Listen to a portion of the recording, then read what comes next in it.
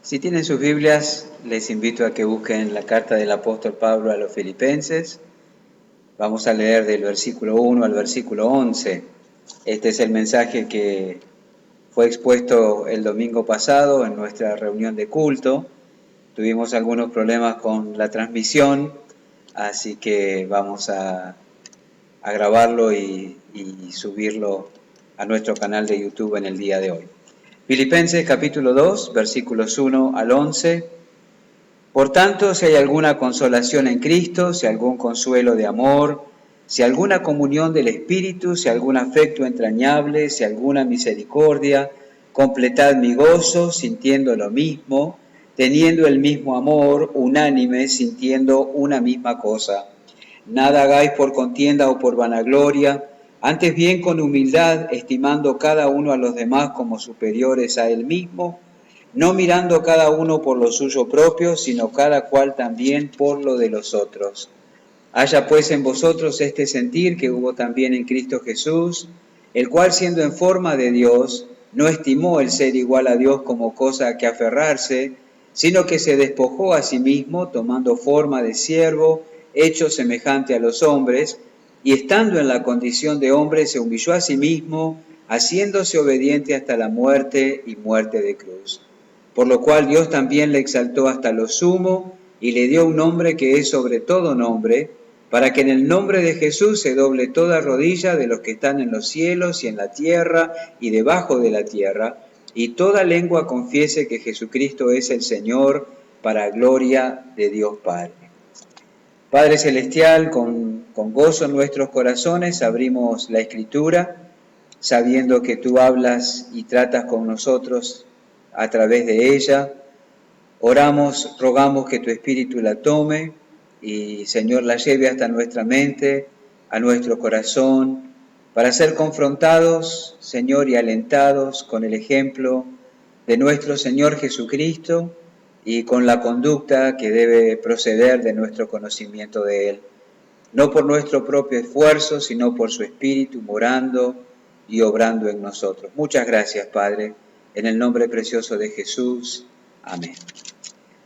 Creo que uno de los errores más frecuentes que cometemos los padres al instruir o al disciplinar a nuestros hijos es hacer un énfasis desmedido en lo que no deben hacer. No puedes hacer esto, no debes hacer aquello, sin ofrecer una alternativa. Hoy en día en la vida diaria se nos ofrecen varias alternativas, ¿verdad? Hay comidas alternativas, hay marcas alternativas, marcas tanto de ropa como de alimentos, como de artículos de primera necesidad. Hay opciones, puede que uno no escoja esto, pero tiene la posibilidad de escoger esto otro. Y también en la educación y en la instrucción de nuestros hijos es absolutamente necesario que planteemos alternativas. Por ejemplo, decimos a nuestros hijos, no puedes ir a la casa de tu amiga o compañera, pero podemos ofrecerle la alternativa de que su compañera, su amiga, vengan a nuestra casa. Entonces, de esa manera podemos tener un poquito más de control o supervisión de lo que está pasando y a lo que se da lugar en ese tipo de contacto, ¿verdad? No puedes ir a todos los cumpleaños de 15 de tu grado, ¿verdad? Todos los que habrá este año, pero sí puedes escoger 2 o 3 y dentro de determinado rango horario te vamos a permitir asistir. Una alternativa, ¿verdad? No puedes hacer esto, pero en cambio sí te ofrecemos la posibilidad de hacer esto otro. La verdad es que muchos hijos se sienten embretados entre muchas negaciones sin que se les ofrezcan alternativas. Y esto que estamos diciendo lo aprendemos y lo vemos en el Señor, en nuestro Dios tratando con sus hijos, ¿verdad?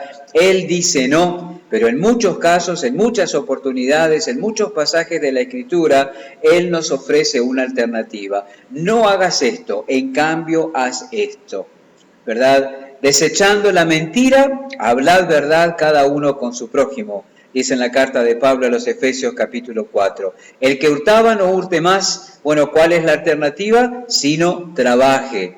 Quítense de vosotros todo enojo, ira, amargura, maledicencia y toda malicia. Eso no, antes sed benignos unos con otros, misericordiosos, perdonándoos unos a otros. Ninguna palabra corrompida salga de vuestra boca, eso no, sino la que sea buena para la necesaria edificación a fin de dar gracia a los oyentes. Así que en el trato de nuestro Dios, de nuestro Padre con nosotros, Él nos ofrece alternativas. Y algo de eso encontramos también aquí en esta porción de la carta de Pablo a los Filipenses, particularmente los versículos 3 y 4, que son en los que nos vamos a detener en esta oportunidad. El versículo 3 dice, nada hagáis por contienda o por vanagloria. Esto no.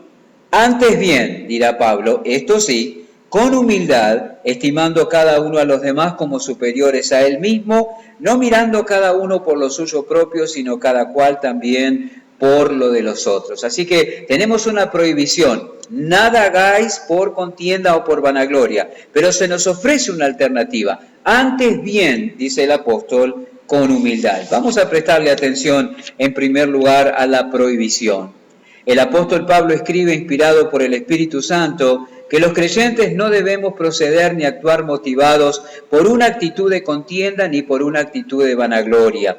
Nosotros podríamos sustituir o tomar como sinónimos de estas dos actitudes que el apóstol Pablo señala, la ambición personal o el egoísmo y el orgullo. Nada hagáis por egoísmo, ni tampoco nada hagáis por orgullo. Nada hagáis por contienda, ni por vanagloria. Esa es una prohibición muy atinada, es una tendencia natural de nuestro corazón. En muchas de nuestras acciones, en mucha de nuestra conducta, está detrás de eso estas motivaciones, tanto el orgullo como el egoísmo. Es interesante que el apóstol Pablo utiliza aquí el término contienda, y el término contienda alude en apariencia al resultado del egoísmo.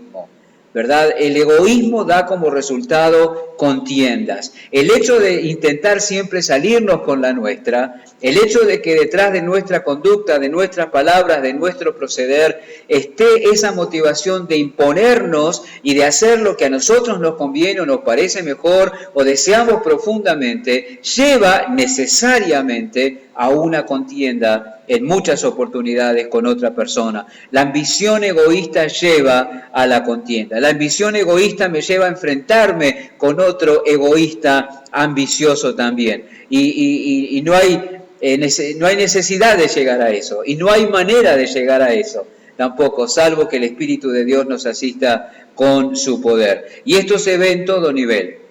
Las contiendas por causa del egoísmo se dan a nivel matrimonio. Las contiendas por causa del egoísmo se dan a nivel familiar. Las contiendas por causa del egoísmo se dan a nivel iglesia. Las contiendas motivadas por el egoísmo se dan a nivel gobierno.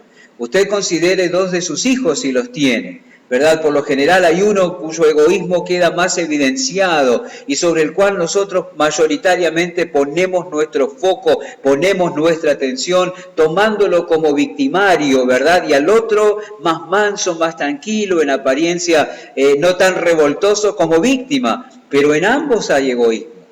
Por esa razón se dio la contienda, por esa razón se da contiendas entre hermanos con mucha frecuencia, porque ambos quieren lo mismo para sí, dejando al otro afuera en una manera u otra. Así que tenemos que tener cuidado, la ambición egoísta produce pleitos, el egoísmo es la raíz de todas las contiendas. Por esa razón Pablo escribe particularmente a la iglesia de los filipenses, nada hagáis por contienda, por egoísmo o por vanagloria, por orgullo.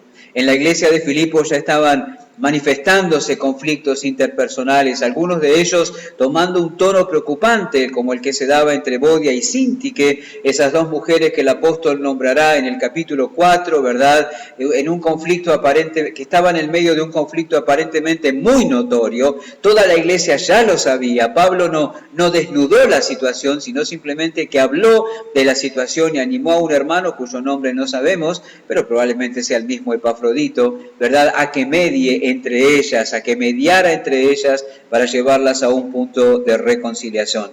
Nada hagáis por el movidos por el egoísmo ni por la arrogancia. Que estas 2 pasiones no nos controlen, ¿verdad? Resistan a la tentación de dejar llevarse por ellas. Que estas pasiones no tracen su agenda. Nada hagáis por contienda o por vanagloria. Esto significa que los creyentes en Cristo Jesús debemos estar continuamente escaneando, examinando nuestro corazón. Y cuando detectamos alguno de esos dos motivos, tanto en nuestra conducta como en nuestras palabras, en las cosas que hacemos o no hacemos, decimos o no decimos, debemos abstenernos de decirlas, o debemos decirlas, o debemos abstenernos de hacerlas, o debemos hacerlas.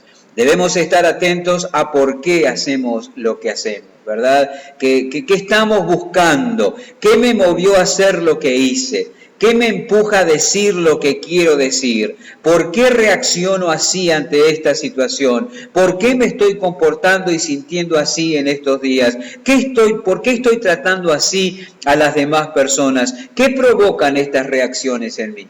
No lo duden, queridos amigos y hermanos, muchas veces detrás del mal genio, detrás del mal humor, detrás de la apatía, detrás de la depresión, detrás del desgano, en muchas oportunidades hay egoísmo u orgullo y están motivando la manera en que nos estamos comportando, en la forma que estamos reaccionando o en la manera que estamos tratando a las demás personas. Esta prohibición entonces alienta el examen constante y honesto de nuestros corazones. Esto es muy sano y muy necesario. Fijarnos no tanto en lo que hacemos, sino en el por qué lo hacemos.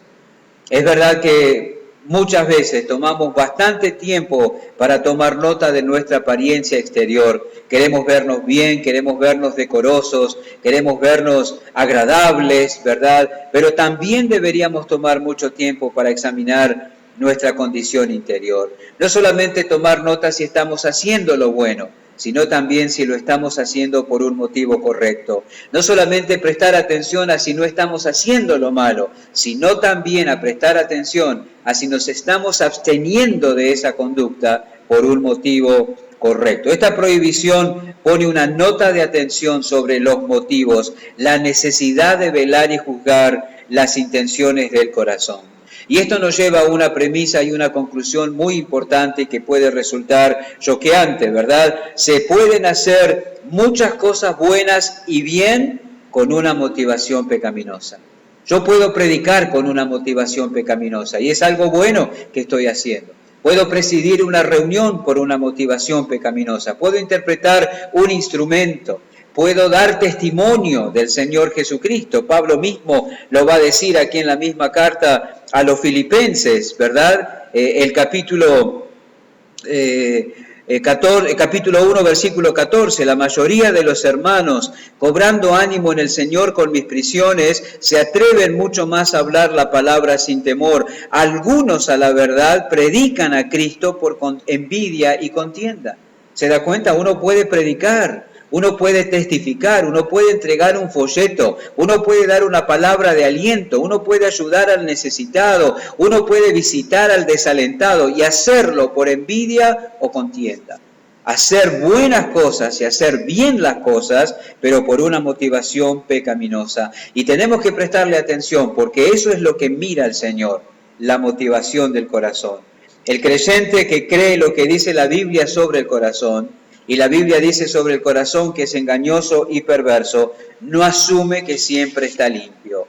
Un creyente maduro, un creyente que anda cerca del Señor, pone especial atención a las intenciones del corazón. Continuamente se expone a la luz de la presencia del Señor, a la luz de la palabra del Señor, a la luz del escrutinio del Espíritu, porque quiere estar seguro que está procediendo por motivaciones correctas. No se lleva el creyente maduro y espiritual por impresiones propias, ¿verdad? No se lleva el creyente maduro y espiritual por las impresiones o opiniones o reflejo que recibe de las personas que están a su alrededor. El creyente maduro, el creyente espiritual, desarrolla sensibilidad a las impresiones del Espíritu Santo cuando abre la Escritura. Abre la Escritura, escucha a su Señor hablar, permite que la palabra penetre en lo secreto del corazón y le haga saber cuáles son las motivaciones, para estar seguro de no estar procediendo por envidia o por contienda. Lamentablemente en oportunidades nosotros basamos nuestra impresión sobre nosotros mismos en nuestra conducta y proceder. Ya lo dijimos. ¿verdad? Pensamos que estamos bien porque hacemos cosas buenas y pensamos que estamos bien porque no hacemos cosas malas, pero puede que no estemos bien porque los motivos del corazón no sean los correctos. Tenemos un ejemplo de eso en Lucas capítulo 18, ¿verdad? Lucas capítulo 18, el Señor Jesús enseñó una parábola sobre dos hombres que subieron al templo a orar. Uno era fariseo y el otro era publicano. Y a partir del versículo 9 del Evangelio de Lucas, capítulo 18, leemos así: a unos que confiaban en sí mismos como justos y menospreciaban a los otros, dijo también esta parábola. Dos hombres subieron al templo a orar, uno era fariseo y el otro publicano. El fariseo, puesto en pie, oraba consigo mismo de esta manera: Dios, te doy gracias porque no soy como los otros hombres, ladrones, injustos, adúlteros, ni aun como este publicano. Ayuno 2 veces a la semana, doy diezmos de todo lo que gano. ¿Qué se podría decir sobre la conducta de este hombre? Que era excelente. ¿Qué se podía decir sobre la moral de este hombre? Que era excelente. Él dice: yo no soy como los otros hombres, yo no robo, yo no actúo con injusticia, yo no adultero, ¿verdad? Moralmente soy intachable. Y en cuanto a mis responsabilidades espirituales, ayuno 2 veces a la semana, doy diezmos de todo lo que gano. ¿Qué se le podía endilgar a este hombre? ¿Sobre qué cosas se podría poner una nota de desaprobación? Si uno miraba la conducta, el proceder exterior, estaba todo bien. Pero el corazón de este hombre no estaba bien, porque él no estaba haciendo las cosas por la motivación correcta. No lo hacía en gratitud, no lo hacía en humildad, no lo hacía en virtud de su pequeñez y del reconocimiento de la grandeza de Dios. Él lo hacía porque quería impresionar a Dios. Él lo hacía porque pensaba que de esa manera Dios no iba a poder decir absolutamente nada en su contra, iba a poder ganar así su aprobación. Nosotros muchas veces caemos en el mismo error. Pasamos el examen porque hacemos cosas buenas y no hacemos cosas malas, pero lo que mira es el Señor, es el corazón. Pensemos un momento en Ananías y Zafira. ¿Recuerdan esa pareja del libro de los Hechos? ¿Se imaginan el gozo que deben haber experimentado los hermanos que estaban allí en el templo o en el lugar donde Ananías primero y Zafira después se presentaron para traer aquel dinero que era el resultado de la venta de una de sus propiedades, poniéndolo a los pies de los apóstoles y diciendo: esto lo traemos para que lo repartan y pueda ser usado para contribuir a paliar las necesidades económicas de los hermanos pobres de la congregación? Estas personas habían optado por desprenderse de una posesión para ponerla a los pies de los apóstoles, diciendo: a partir de ese momento ya no es nuestra, utilícenla para el bien de los demás. Yo creo que las personas que estaban allí, en el momento en que las trajeron, en que trajeron el dinero, deben haber prorrumpido en alabanzas y en gratitud al Señor. Pero ellos le mintieron al Espíritu Santo, les dijo Pedro, porque la motivación del corazón no era correcta. Nosotros podemos colegir de lo que leemos antes de eso en el libro de los Hechos, que les había impactado a Ananías y Zafira lo que había pasado con José, cuyo nombre fue cambiado por Bernabé. José había vendido también su propiedad, había traído el resultado de esa venta a los pies de los apóstoles para que fuera usado también para paliar la necesidad de los hermanos pobres de la congregación. Y fue tal el consuelo, fue tal el ánimo, fue tal el gozo que experimentó la iglesia, que le cambiaron el nombre a ese hombre y de José le llamaron Bernabé, que significa hijo de consolación. Y seguro Ananías y Zafira estaban ahí mirando. ¡Wow! Mirá cómo lo quieren, mirá el impacto que causó, mirá cómo reaccionó la iglesia con semejante. Nosotros queremos eso para nosotros. Así que se pusieron de acuerdo, vendieron la propiedad y trajeron una parte diciendo que era todo, ¿verdad? Con una motivación incorrecta, ganarse la alabanza de los hombres, por ambición personal y por orgullo. Y fueron juzgados, porque no hay que hacer nada ni por egoísmo ni por orgullo.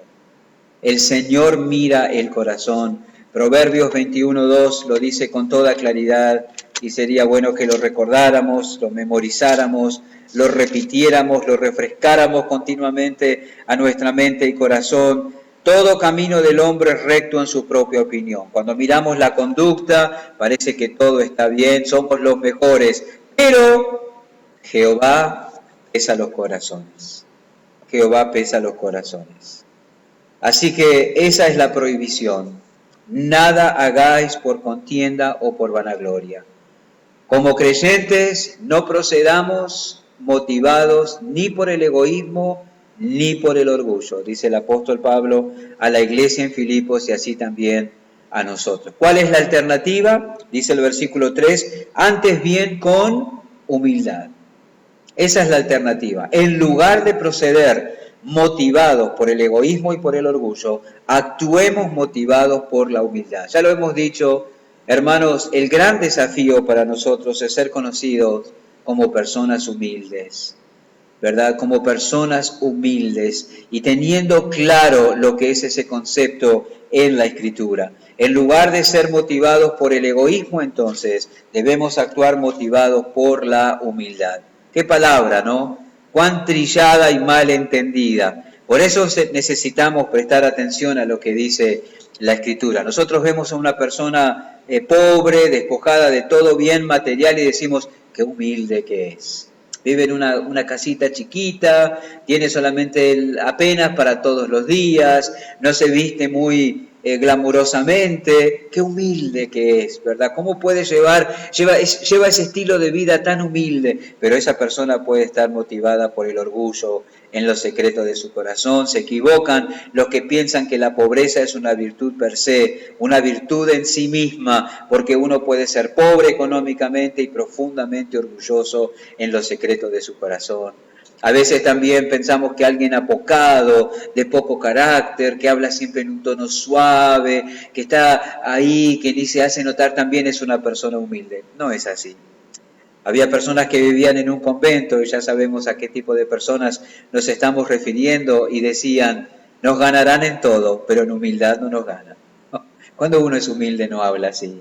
Estaban haciendo una evaluación equivocada, juzgando la humildad con parámetros equivocados. Para que nosotros no nos confundamos, el Espíritu Santo a través del apóstol Pablo ilustró lo que es la humildad con el ejemplo de el Señor Jesucristo. Porque al versículo 4, que dice, no mirando cada uno por lo suyo propio, sino cada cual también por lo de los otros, hablando de la alternativa, dice, haya pues, o sea, lo que quiero decir es que tengan ustedes el mismo sentir o la disposición interior que tuvo ¿quién? El Señor Jesucristo.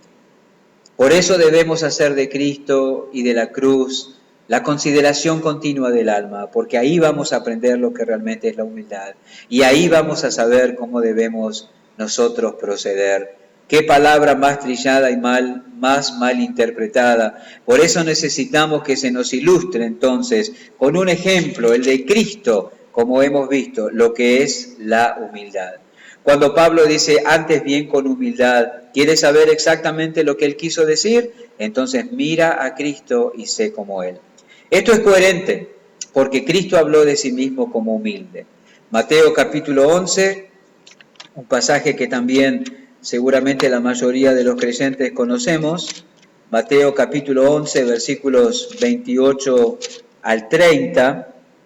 Dice, venid a mí, todos los que estáis trabajados y cargados, y yo os haré descansar. Llevad mi yugo sobre vosotros y aprended de mí, que soy... ¿Se ha detenido usted a pensar en alguna oportunidad cuántas cosas podría haber dicho aquí el Señor Jesús? ¿A cuántos aspectos de su vida podría haber Él hecho referencia para decirnos que debíamos aprender de Él? Podría haber dicho, aprended de mí que paso noches enteras en oración. Aprended de mí cómo manejo la Escritura. Vayan a Mateo capítulo 4, tomen nota de la tentación a la que fui sometido por el diablo en el desierto y fíjense cómo esgrimí con sabiduría y eficacia la palabra de Dios en contra de él. Aprendan de mí eso. ¿Cuántos aspectos de su vida podría haber a cuántos aspectos de su vida podría haber aludido el Señor Jesucristo diciéndonos, aprendan de mí? Pero Él dijo, aprendan de mí, que soy manso y humilde de corazón. Hay que aprender y podemos aprender Y debemos aprender de todos los aspectos de la vida de Cristo. Pero es interesante que él enfatizó manso y humilde. No hizo tanto énfasis en su conducta exterior, sino que hizo énfasis en su disposición interior. Sean como yo, aprendan de mí. Así que no debemos actuar motivados por el egoísmo o por el orgullo. Debemos actuar motivados por la humildad. ¿De quién podemos aprender la humildad? Del mismo Cristo. Él mismo lo dijo y Pablo lo enfatiza, refrendando esta enseñanza con los versículos siguientes. Haya pues en vosotros este sentir que hubo también en Cristo Jesús. Ahora, ¿qué es humildad? Lo que vemos en Cristo. Pero mirando capítulo 2, versículos 3 y 4 de Filipenses, nosotros notamos que el apóstol Pablo enfatiza y nos da luz un poquito más en cuanto a esto. Por supuesto, humildad entonces es no actuar motivado por el egoísmo y por el orgullo. Es la contracara. No actúen motivados por el egoísmo y el orgullo, actúen movidos por la humildad. Así que ya tenemos ahí en claro lo que es la humildad contrapuesto con la prohibición que se nos ha dado. Y nosotros debemos cultivar esa disposición, la disposición de la humildad. Eso debe caracterizar la vida del cristiano. Debemos ser conocidos como personas humildes. El mundo dice, sé cómo los luchadores, los emprendedores, los soñadores, los peleadores, los avasallantes, los que van para adelante, los que se comen el mundo, los que no les importa nada. El mundo dice, sean como ellos. Pero la Biblia dice, nuestro Dios nos dice, el Espíritu Santo escribe en el Nuevo Testamento, sean como Él, humilde, sean como Cristo. No actúen ni motivados por el egoísmo ni por el orgullo. Actúen motivados por la misma motivación que tenía vuestro Salvador. El apóstol Juan estaba de acuerdo con esto porque él escribió en su primera carta, el capítulo 12, el versículo 6, el que dice que permanece en él debe andar como él anduvo. ¿Cómo anduvo él? En humildad. Así debemos andar. C.S. Lewis, el mismo que escribió las Crónicas de Narnia y otros maravillosos libros, escribió también uno que se llama Mero Cristianismo. Si ustedes quieren tener acceso a ese libro, está en YouTube, en videos, ¿verdad? Hay un capítulo que él dedica al orgullo y lo llama El Gran Pecado. Y él dice, el vicio esencial, el más terrible es el orgullo, y la virtud opuesta a él es la humildad. Y por cierto, dice, cuanto más lo tenemos en nosotros mismos, más nos disgusta en los demás. Cuanto más orgulloso soy, más me molestan los orgullosos con los que me cruzo en el camino. Qué interesante. Así que si a ti o a mí nos da bronca la gente orgullosa, probablemente esa sea la señal de que somos súper orgullosos. Fue por el orgullo que el ángel más hermoso se convirtió en demonio. El orgullo conduce a todos los demás vicios. C.S. Lewis también dice que el orgullo es el estado mental completamente anti-Dios. Por eso en Proverbios 6, 16 al 19 leemos, 6 cosas aborrece Jehová y aún 7 abomina su alma. ¿Cuál es el primero? Los ojos altivos. Es el estado mental completamente anti-Dios. Primero se nombra allí. Todos lidiamos con esa tendencia del corazón.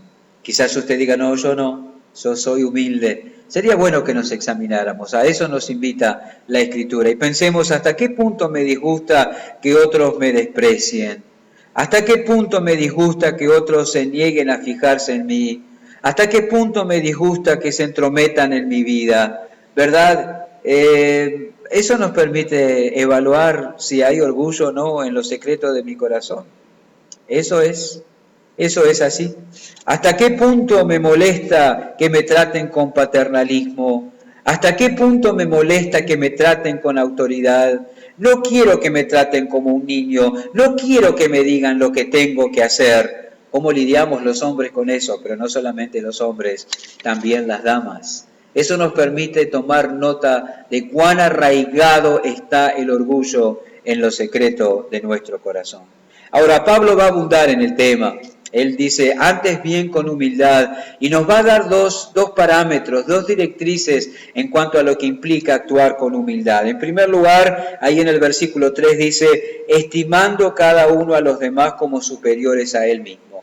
Bien, Pablo, tenemos que movernos con humildad. ¿Qué significa? Bueno, significa estimar cada uno a los demás como superiores a él mismo. ¿Y algo más? Sí, también significa no mirando cada uno por lo suyo propio, sino cada cual también por lo de los otros. Eso implica andar con humildad. Él nos da esos parámetros, Él nos da esa luz, Él nos da esa explicación. O andar en humildad significa estimar a los demás como superiores a nosotros mismos y no mirar cada uno por lo suyo propio, sino cada cual también por lo de los otros. Esa es la explicación, la ampliación del concepto, estimando cada uno a los demás como superiores a él mismo. Qué frase, ¿verdad? Y qué mal interpretada también. Hay que tener cuidado con cómo la interpretamos, porque si la interpretamos ligeramente y descuidadamente, puede que interpretemos que es una invitación a un complejo de inferioridad, ¿verdad? A sentirnos inferior. No soy nada, yo soy malo, soy el peor. No tengo ningún talento, ninguna capacidad, yo no sé hacer nada bien, yo no tengo ninguna habilidad. Y escondernos bajo esa caparazón de autocompasión y de supuesta inferioridad para despertar la compasión y la aprobación de los demás. Esta frase, estimando cada uno a los demás como superiores a él mismo, no es una invitación a tener un complejo de inferioridad. Esto de no mirar o estimar cada uno a los demás como superiores a él mismo no nace de un concepto de sí mismo engañoso, sino de un concepto de sí mismo correcto. Cuando nosotros sabemos quién somos y qué somos en Cristo, entonces podemos considerar a los demás como dignos de nuestro servicio. Quedamos libres del estrés de buscar la aprobación y estamos dispuestos aún a renunciar a lo que sea por el bienestar de los demás. Eso es lo que significa. Y fijémonos que eso es lo que vemos en Cristo. Si nosotros vamos al Evangelio de Juan, el capítulo 13, ya sabemos que los capítulos 13 al 17 o al 16 del Evangelio de Juan más particularmente recogen los eventos que se dieron en el aposento alto, ¿verdad?, entre Jesús y los discípulos. El capítulo 13 es particularmente conocido porque allí se recoge cómo el Señor Jesús lavó los pies de los discípulos en aquella noche antes de ser entregado, juzgado y crucificado. Y en el versículo 1 del capítulo 13 de Juan leemos, antes de la fiesta de la Pascua, y fíjense ese término, sabiendo Jesús que su hora había llegado para que pasase de este mundo al Padre, como había amado a los suyos que estaban en el mundo, los amó hasta el fin. Y cuando cenaban, como el diablo ya había puesto en el corazón de Judas Iscariote, hijo de Simón, que le entregase, sabiendo, otra vez el término, Jesús, que el Padre le había dado todas las cosas en las manos de Dios y que había salido de Dios y a Dios iba, se levantó de la cena y se quitó su manto y tomando una toalla se la ciñó. Fíjense que lo que motivó que Cristo tomara el lugar del inferior, porque eso era el lugar del que lavaba los pies en aquel entonces en los hogares de Israel, lo que hizo que Jesús tomara el lugar del inferior era lo que él sabía. Él sabía que había llegado la hora para ir al Padre. Él sabía, ¿verdad?, que él tenía una relación particular con el Padre. Sabía quién era. Y de esa manera quedó libre de todo egoísmo, hablemos en términos muy naturales, para tomar el lugar del inferior. Nosotros muchas veces no estamos dispuestos a tomar el lugar del inferior porque no estamos seguros de quién somos. Hoy no alcanzamos a comprender lo que somos y lo que tenemos en el Señor Jesús.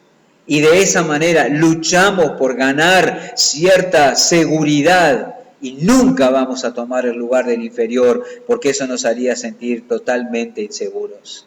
Así que tomar el lugar del inferior, estimando cada uno a los demás como superiores a él mismo, nace de un concepto correcto de lo que somos, no de un concepto equivocado, no de un concepto engañoso. Cuando entiendo quién soy en Cristo y en virtud de Él, entonces no me resulta difícil servir a los demás, entonces no me resulta difícil ocupar el lugar del inferior. Eso es lo que Pablo plantea, tomar el lugar del inferior. Andar en humildad implica tomar el lugar del inferior, sabiendo quién soy en Cristo Jesús. Y eso es absolutamente antinatural y anticultural, pero es cristiano, pero es bíblico.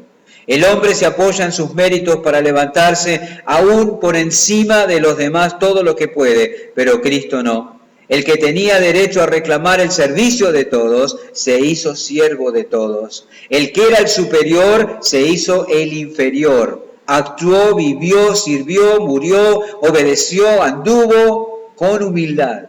Así tenemos que ser también nosotros. Él sabía quién era, por eso no tenía problemas en servir.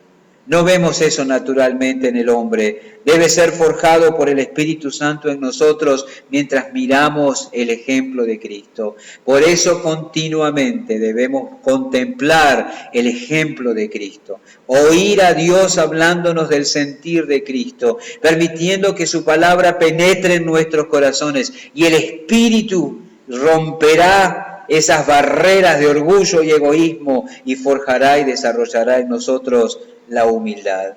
Eso está tan metido en nosotros, el egoísmo y el orgullo, que no es raro encontrar a un padre o una madre diciéndole a su hijo, tú no sos menos que nadie, tenés que hacerte valer.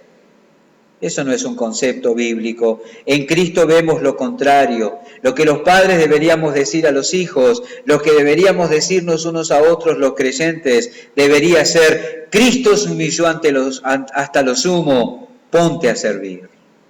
Esa debería ser la premisa, ¿verdad? Pero en realidad, naturalmente, deseamos y peleamos por estar por encima de los demás.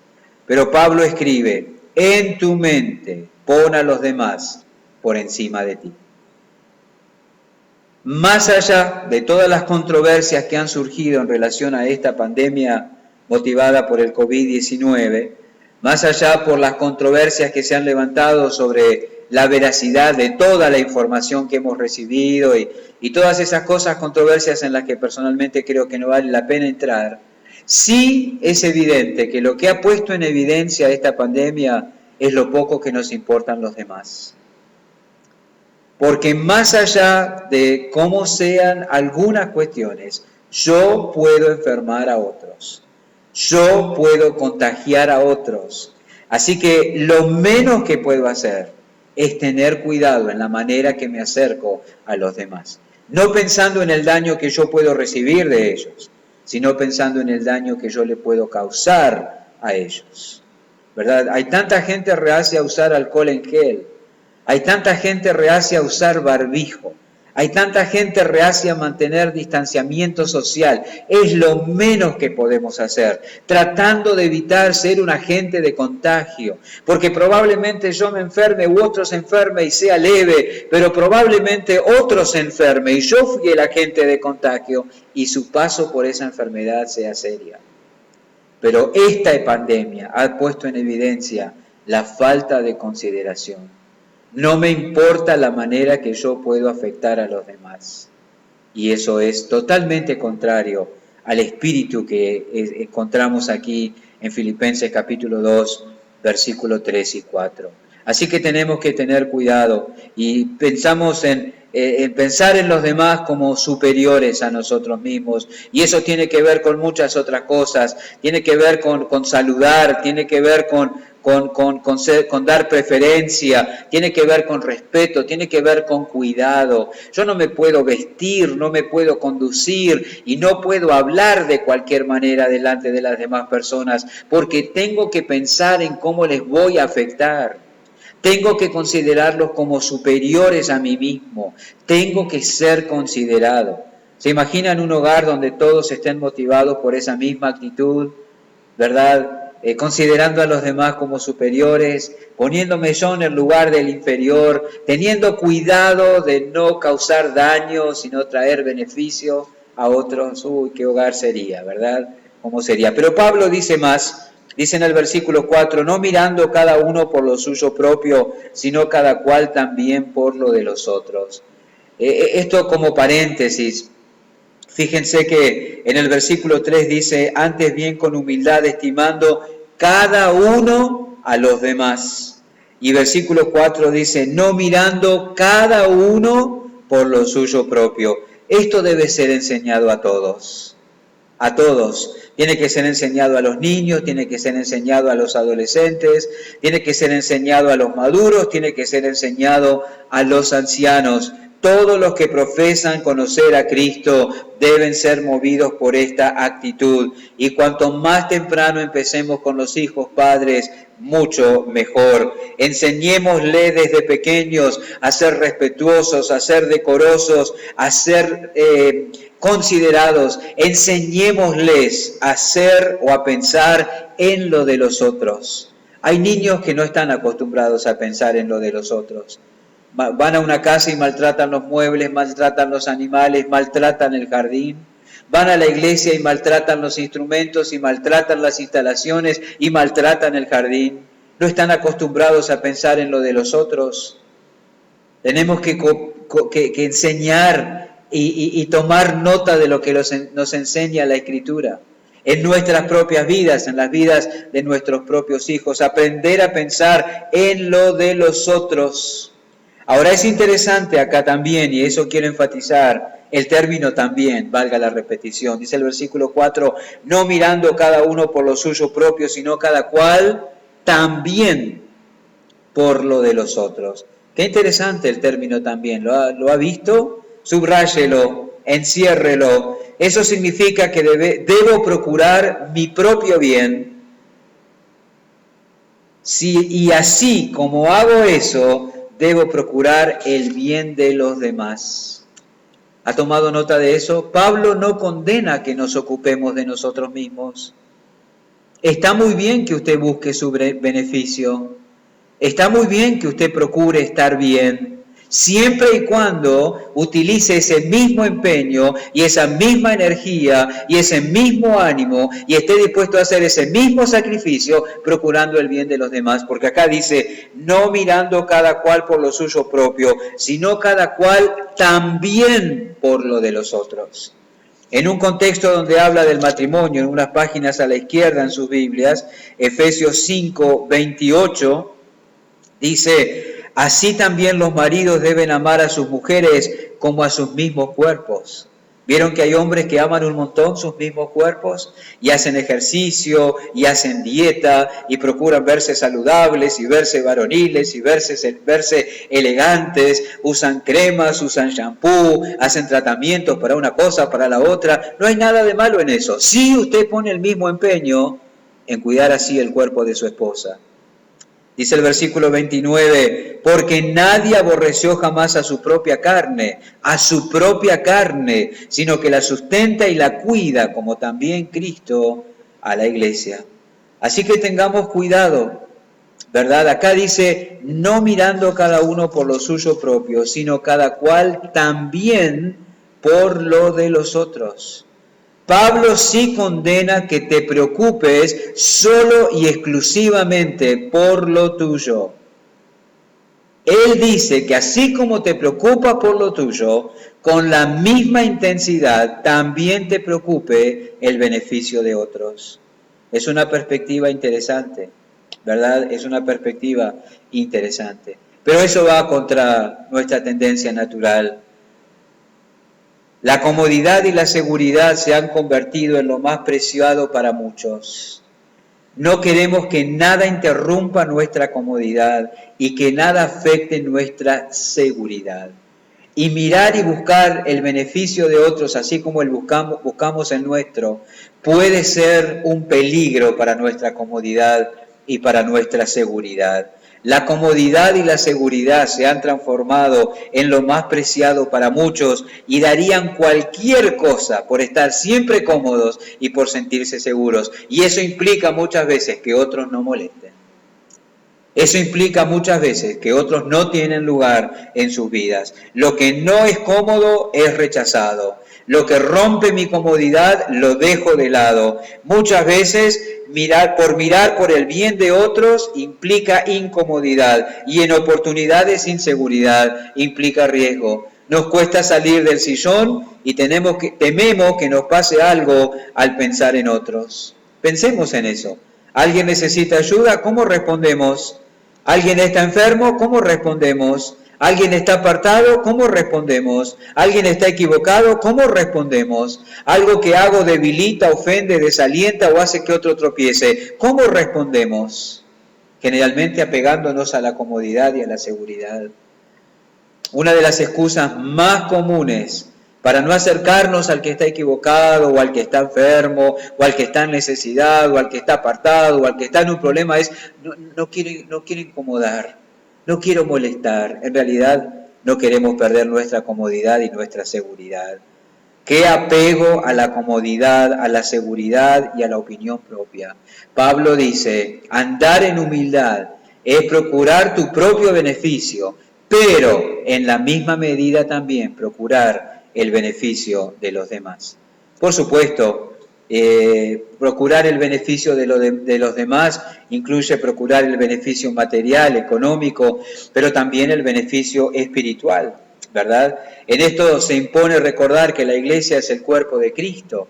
Los creyentes somos miembros de ese cuerpo y somos miembros los unos de los otros. Así que cuando yo actúo en contra o en detrimento o con desinterés hacia el otro, también me estoy dañando a mí mismo. ¿Ha pensado en eso? Usted dice, pero ¿cómo me está diciendo que yo tengo que buscar mi beneficio y en la misma medida el beneficio de otros? Si yo busco el beneficio de otros, seguramente voy a perder algo de mi beneficio. Está equivocado. Porque cuando usted procura el beneficio de otros que pertenecen al mismo cuerpo que usted pertenece, el beneficio de ellos va a redundar en su propio beneficio. Porque ese miembro le afectará positivamente, o en forma edificante, o en forma alentadora, a usted también. Es como cuando actúas contra tu esposa o contra tu esposo.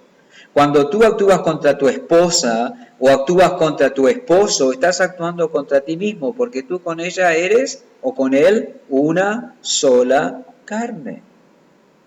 ¿Quiénes son los que se hacen daño a sí mismos? ¿Quiénes son los que se agreden? ¿Quiénes son los que se atacan? ¿Quiénes son los que se flagelan? ¿Quiénes son los que se mortifican? Los que en alguna forma han perdido la cordura, la capacidad de pensar bien, porque Pablo ya lo dijo, nadie aborreció jamás a su propia carne, sino que la sustenta y la cuida. Cuando aborrecemos nuestra propia carne y dejamos de sustentarla y cuidarla, no estamos actuando con cordura. Cuando atacas a tu esposa, tu esposo, no estás actuando con cordura. Cuando no buscas el beneficio de otros porque piensas que vas a perder tú, tampoco estás actuando con cordura. Tenemos que ser bíblicos, tenemos que pensar bien. Esto nos impone armarnos del pensamiento correcto y así no actuaremos contra el otro, pues haciendo a eso lo haremos contra nosotros y contra el Señor. Cuando amas a tu esposa, te haces bien a ti mismo, porque su alegría te alegrará a ti. Cuando admiras a tu esposo, te haces bien a ti misma, porque la alegría de él te alegrará a ti. Cuando animas, cuando consuelas, cuando soportas, cuando alientas, cuando te preocupas, cuando amas a tus hermanos, eso resulta en beneficio de todo el cuerpo, aún en beneficio para ti. Y eso trae gozo al Señor, aprobación de Dios.